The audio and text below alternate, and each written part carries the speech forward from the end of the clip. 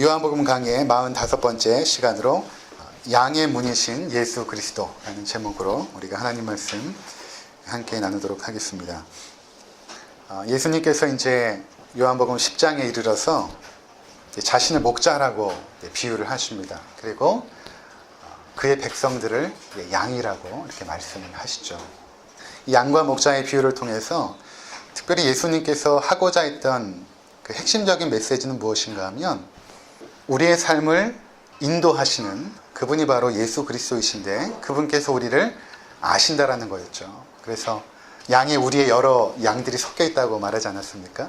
그러니까 이스라엘 팔레스타인 문화에 보면 동네마다 이렇게 공동 양우리가 있고 그 공동 양우리에 각각 주인이 다른 양들이 모여 있게 되는데 목자들이 와서 자기의 양의 이름을 각각 불러내죠. 이름을 안다라는 것은 그 인격, 그 존재 자체를 안다라는 것인데 우리가 찬양한 것처럼 나보다 나를 더 잘 아시는 주님께서 선한 목자가 되셔서 우리의 이름을 각각 불러내십니다. 불러내면 그 양들이 이제 목자를 따라가게 되고 그 목자와 함께 푸른 초장과 쉴만한 물가로 인도함을 받는 이 그림을 예수님께서 우리 가운데 말씀하시면서 하나님 나라의 삶이 어떠한 것인가를 보여주신 내용이 바로 지난 시간의 내용인 것입니다. 이렇게 이제 예수님께서 굉장히 쉽잖아요. 하나님과 우리의 관계, 또 하나님 나라에서 그 삶을 비유로 아주 쉽게 설명했음에도 불구하고 이 이야기를 알아듣지 못하는 사람들이 있었다는 것입니다. 그들이 누구인가? 바로 바리새인들과 유대인들이었습니다. 그들이 이 예수님의 말씀을 이해하지 못했다는 것입니다. 그래서 여러분 6절을 한번 보시기 바랍니다. 10장 6절을 보시면 예수께서 이 비유로 그들에게 말씀하셨으나 그들은 그가 하신 말씀이 무엇인지 알지 못하니라 이렇게 말합니다. 주님의 말씀을 이제 알아듣지 못하는 것이죠. 이게 참 신비한 일인 것 같아요. 참 기이한 일인 것 같아요. 그러니까 하나님의 말씀이 이렇게 선포되어질 때 대부분의 사람들은 못 알아듣습니다. 무슨 말인지 이해하지를 못해요. 그런데 그 가운데 그 말씀에 반응하여서 나오는 사람들이 있다는 것이죠. 신비한 일인 것 같아요. 지난 금요일 날 어진자매하고 새가족 공부 3주차 이렇게 했는데 하나님 말씀을 이렇게 이해하는 거예요. 듣고. 그게 저는 너무 신기한 것이죠. 어떻게 이것을 이해할까?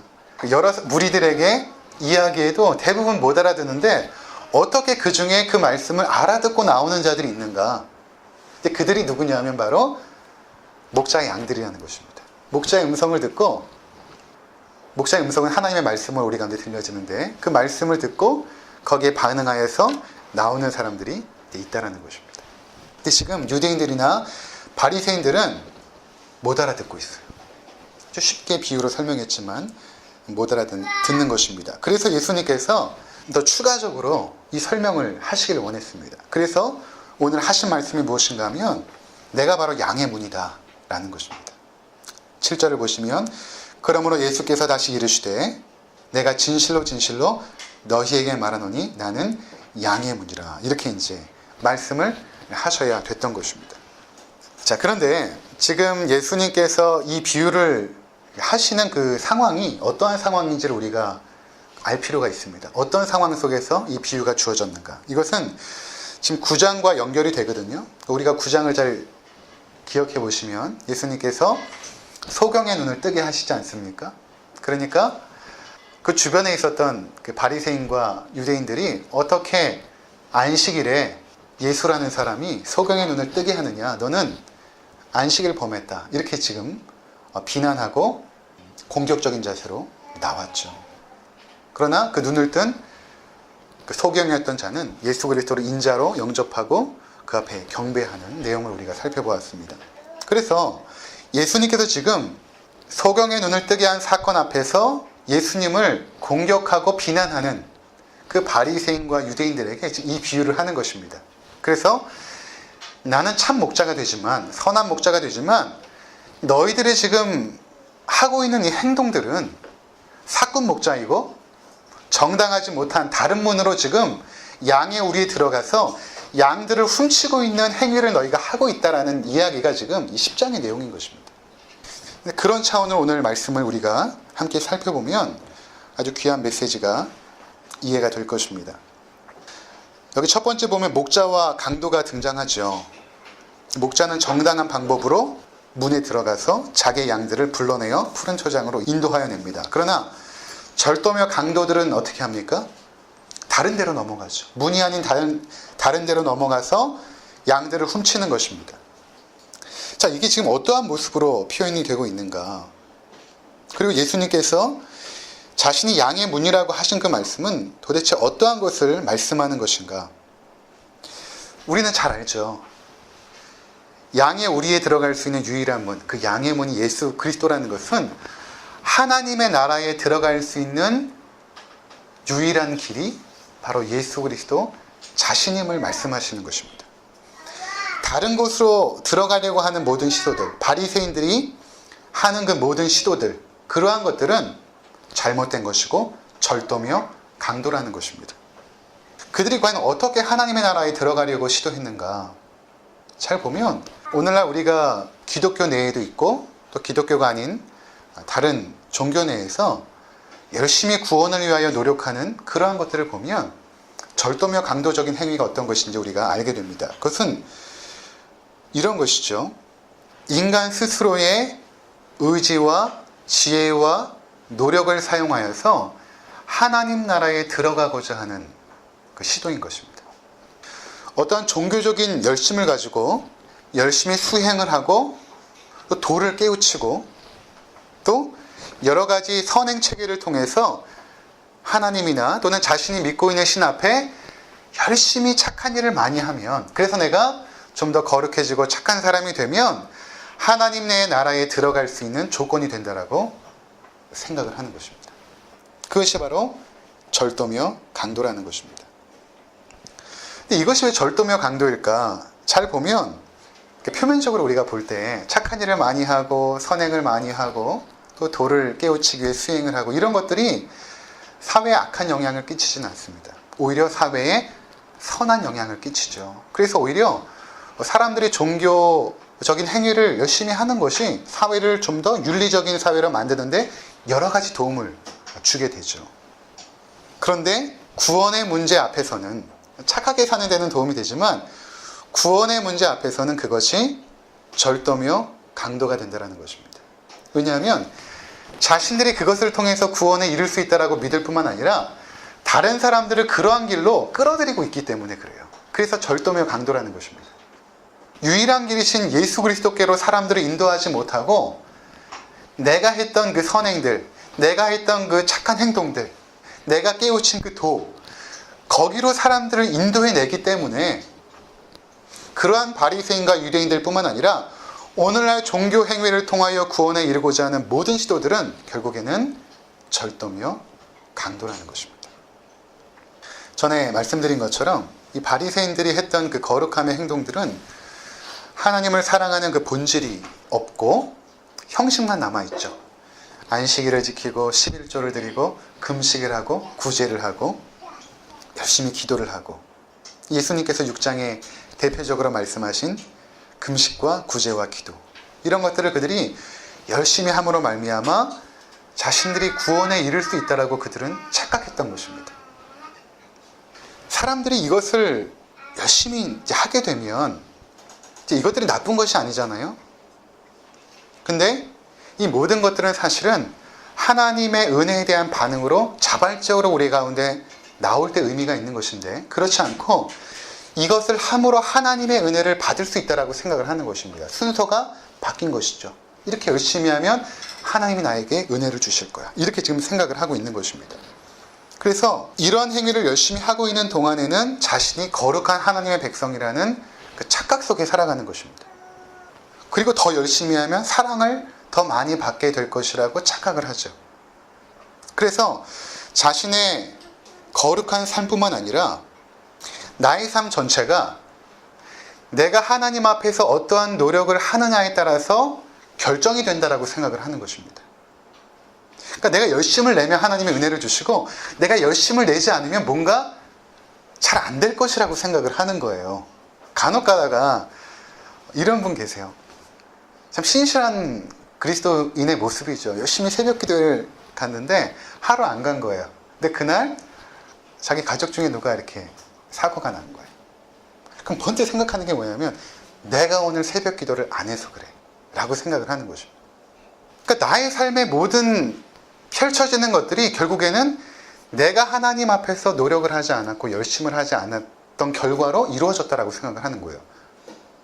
그리고 나에게 좋은 일들이 많이 생겼을 때는 내가 열심히 내었다라고 생각을 하는 것이죠. 이것이 그 당시에 바리새인들과 유대인들이 생각했던 그 구원관이었습니다. 그러니까 결국에는 구원을 받는 것도 내 노력 여부에 달려있는 것입니다. 자, 한번 생각해 보세요. 내가 구원을 받는 것이 내가 열심히 노력해서 구원을 받은 것입니까? 아니면 하나님께서 은혜를 베풀어 주신 것입니까? 당연히 은혜를 베풀어 주신 것이죠. 또 한번 생각해 보세요. 내가 기도 응답을 받았어요. 그러면 내가 열심히 기도해서 응답을 받은 것입니까? 아니면 하나님께서 은혜를 베푸셔서 나의 기도에 은혜를 베푸셔서 기도 응답이 되어진 것입니까? 그건 당연히 하나님께서 나의 기도에 은혜를 베풀어 주신 것이죠. 구원의 주권이나 기도 응답의 주권이 나에게 있는 것이 아니라 하나님께 있죠. 그런데 우리는 어떻게 생각하냐면 내가 열심히 기도하면 하늘 보좌를 흔들 수 있다라고 생각을 하는 것입니다. 내가 하늘 보좌를 막 흔들어서 하나님이 막 흔들려가지고 그래 내가 들어줄게. 금식도 그렇게 생각을 하고 금식 기도도 내가 열심히 금식 기도해서 하늘 보좌를 한번 흔들어 보자. 그럼 하나님이 뭔가 주시겠지. 또 이런 표현이 있죠. 기도는 만사를 변화시킨다. 어떤 의미인지 알고 있습니다. 기도는 만사를 변화시킨다. 만약에 내가 하나님의 보좌를 흔들 수 있고 내 기도로 만사를 변화시킬 수 있다면 하나님이 하나님이신 것입니까? 아니면 내가 하나님이 되는 것입니까? 잘 생각해 보세요. 내가 기도로 하늘 보좌를 흔들어서 응답을 받아내고 내가 기도를 통하여서 만사를 변화시킬 수 있다면 내가 하나님이 되는 것이죠. 하나님은 내가 그렇게 표현하진 않지만 정확히 보면 부리는 종이 되어버리는 것입니다. 그런 신성모독이 어디 있겠습니까? 근데 저도 이제 아침마다 이렇게 산책을 하는데 여기 광수사에 이제 사람들이 많이 와요. 기도하러 옵니다. 제가 어떤 걸 보게 되냐면 저들도 열심히 기도하는구나. 근데 기독교인들이 하는 기도와 어떤 것이 다를까? 물론 우리는 살아계신 하나님 앞에 기도하지만 기독교 안에도 교회에서 기도하는 많은 분들 중에도 절에 가서 기도하는 것처럼 그러한 자세로 기도하는 경우들도 있겠다라는 생각을 갖게 되었습니다. 종교적인 행위인 거예요. 그러니까 우리나라 같은 경우에 종교성이 굉장히 강하기 때문에 여러 가지 부분들이 혼합이 되어져서 정말 순수한 그 기독교를 뽑아내기가 쉽지 않아요. 굉장히 어렵습니다. 저도 개척을 하여서 이제 교회를 해나가면서 처음부터 다시 공부를 해야 되는 거예요. 왜냐하면 이미 기독교 안에 내가 답습하려고 했던 것들이 다 너무 이렇게 꼬여져 버려서 한국의 토착적인 신앙들과 샤머니즘과 막 뒤엉켜서 거기서 정말로 기독교를 뽑아내기가 너무 힘든 거예요. 그래서 다시 처음부터 공부를 해야 되는 것입니다. 그러니까 그런 어떤 기도들, 하늘 보좌를 흔들 수 있는 기도, 만사를 변화시킬 수 있는 기도, 그 의미는 굉장히 좋죠. 하지만 그 마음의 중심 가운데 하나님의 절대적인 주권 앞에 서 있는 겸손한 종의 자세가 아니라 내가 오히려 하나님을 흔들 수 있다라는 교만함이 마음 가운데 자리 잡고 있는 그러한 것이 되어져 버렸다라는 것입니다. 그러한 신앙적인 행위를 가지고 있으면 결국에는 내가 열심히 노력해서 구원을 얻어야겠다라고 생각을 하죠. 열심히 착한 행위를 하고 열심히 헌금도 많이 하고 노력을 많이 해서 그렇게 생각을 한다라는 것입니다. 이것을 예수님께서 그것은 도적이요 강도라고 말씀을 하시는 거예요. 정상적인 방법으로 하나님 나라에 들어가는 것이 아니다. 예수님께서 말씀하시는 것은 하나님 나라에 들어가는 유일한 길은 예수 그리스도밖에 없다라고 말씀하고 있는 것입니다. 내가 곧 양의 문이다. 왜 그럴까요? 그건 하나님이 그렇게 정하셨기 때문에 그래요. 하나님께서 우리 가운데 정하신 유일한 구원의 길이 예수 그리스도밖에 없어요. 그래서 요한복음 14장 6절에 보면 예수께서 이르시되 내가 곧 길이요 진리요 생명이니 나로 말미암지 않고는 아버지께로 올 자가 없느니라. 요한복음 3장에 보면 니고데모라는 사람이 나오는데 그를 어떻게 표현하냐면 바리새인이요 유대인의 지도자라 이렇게 말하거든요.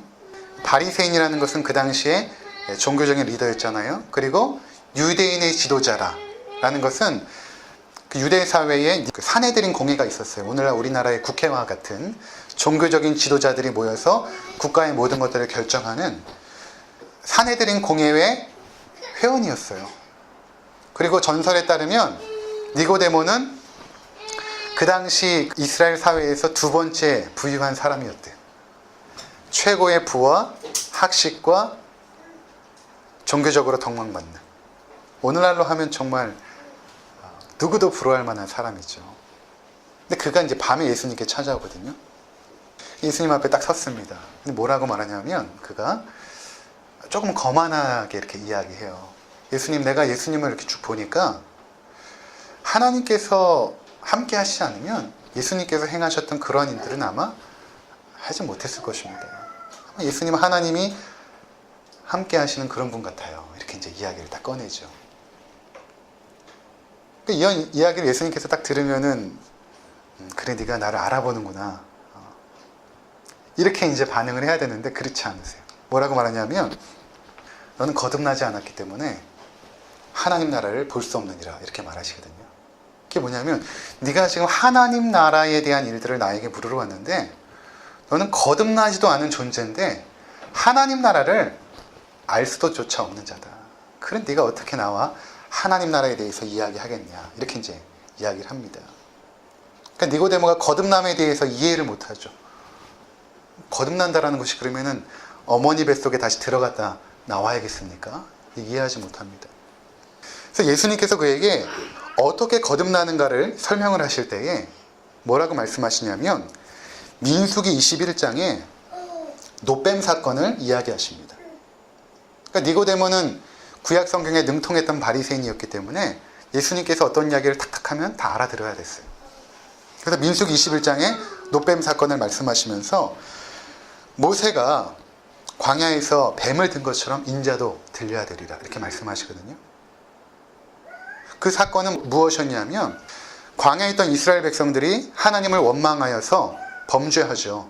그래서 하나님께서 그 백성들에게 진노하사 불뱀을 통하여 물게 하십니다. 다 죽게 하시죠. 그때 모세가 간절히 하나님 앞에 기도하자 하나님께서 그들이 살 수 있는 구원의 길을 열어주셨는데 그게 무엇이었냐면 노뱀을 만들어서 장대에 달고 그것을 이제 높이 세웠을 때 그것을 쳐다보면 생명을 얻게, 구원을 받게 하신 것입니다. 그것처럼 인자, 곧 예수 그리스도께서 높이 들려야 된다. 그것은 곧 십자가의 죽으심을 말하는 것입니다. 그러니까 거듭나는 길, 그것은 니고데모처럼 그러한 어떤 도덕적인 삶이나 윤리적인 삶으로 되는 것이 아니라 하나님께서 심판받을 백성을 위하여 정하신 그 유일한 길, 그것은 인자가 들리는 것인데 그 십자가의 죽음만을 통하여서 너희가 구원을 얻게 된다라고 말씀을 하신 것이죠.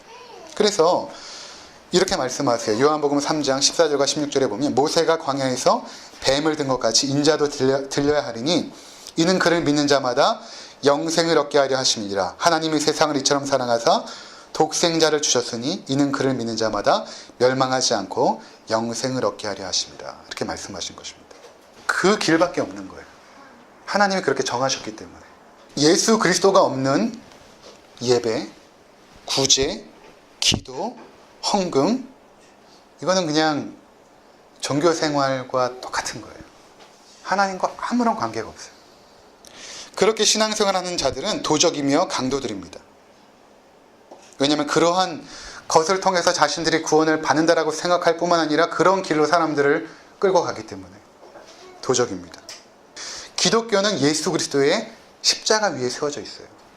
예수 그리스도가 교회의 반석이 되십니다. 따라서 주일에 선포되는 모든 말씀들, 교회에서 진행되는 모든 행사들,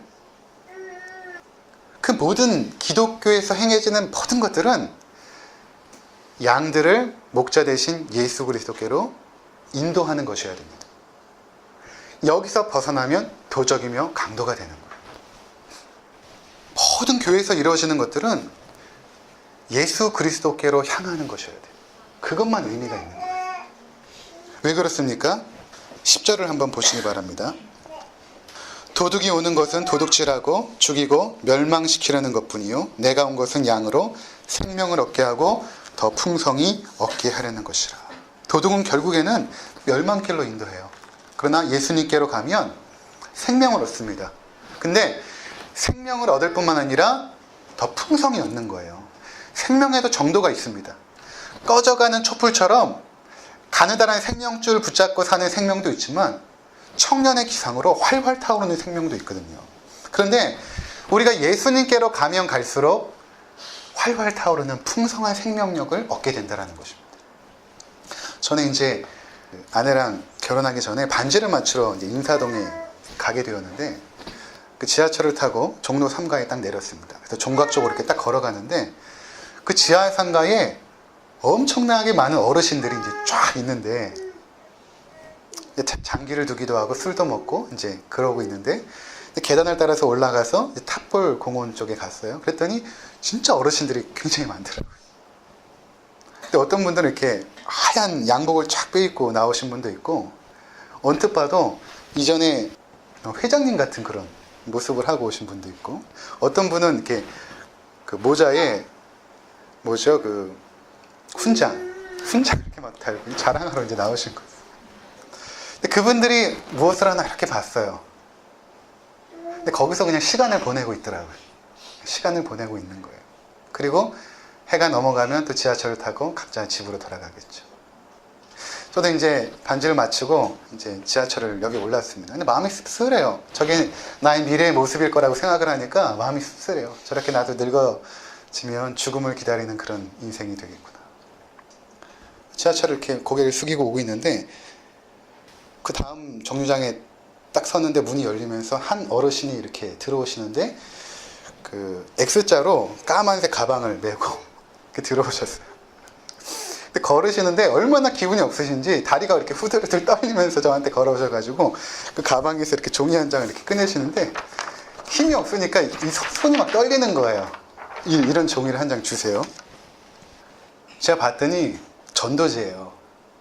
근데 자기가 이제 간증을 써놨는데 예수 믿은 지 얼마 안 되신 거예요. 그러니까 이분이 이제 계속 몸이 아프니까 기도원에 갔대요. 가가지고 뭐 기도는 할 줄 모르니까 거기 원장님이 주기도문을 계속 반복하라고 말씀하신 거예요. 그래서 주기도문을 계속 반복하는 순간에 성령님께서 임하시고 몸이 뜨거워지면서 그 병이 낫다는 거예요. 그래가지고 이제 내려오셔가 그 간증문을 이제 쓴 거예요. 제가 봤더니 신학적으로 맞지도 않고 어리숙하고 이게 무슨 전도지인가. 그 밑에 뭐라고 썼냐면 이 전도지는 자기 며느리가 한 달에 20만 원 주는데 그거로 만든 거래요. 제발 버리지 말아주세요. 제가 그거를 이렇게 딱 받아주는 순간 아 이거구나라는 생각을 했습니다. 당장 돌아가실 것 같은 분이 생명력이 충만해요. 예수 그리스도를 만나니까 그 생명력이 충만하여서 죽는 날까지 복음을 증거하는 예수 그리스도께로 가면 활활 타오르는 그 생명력으로 살아가게 된다는 것입니다. 자, 그래서 우리가 힘써야 될 것이 무엇인가? 그것은 선한 목자 대신 그리스도께로 가야 되는 것입니다. 자꾸만 우리의 관심과 우리의 노력과 의지의 방향들을 선한 목자 대신 예수 그리스도를 더 깊이 알아가고 그분을 경험하고 동행하는 삶으로 모든 초점을 맞춰야 되는 것입니다. 그럴 때 우리에게 찾아오는 것은 그분이 양들에게 주시는 생명력, 그리고 그 생명력은 강하고 풍성한 역동적인 생명력, 그 생명력을 우리 가운데 허락해 주신다는 것입니다. 여러분, 지금 나의 신앙생활을 한번 점검해 보세요. 나의 생명은 지금 어떠한 상태에 있습니까? 병들었습니까? 아니면 꺼져가고 있습니까? 아니면 정말로 활활 타오르는 생명력이 있는 것입니까? 무엇보다도 우리의 목자 되신 예수 그리스도를 열심히 부지런히 따라가는 복된 인생길이 되시기를 주의 이름으로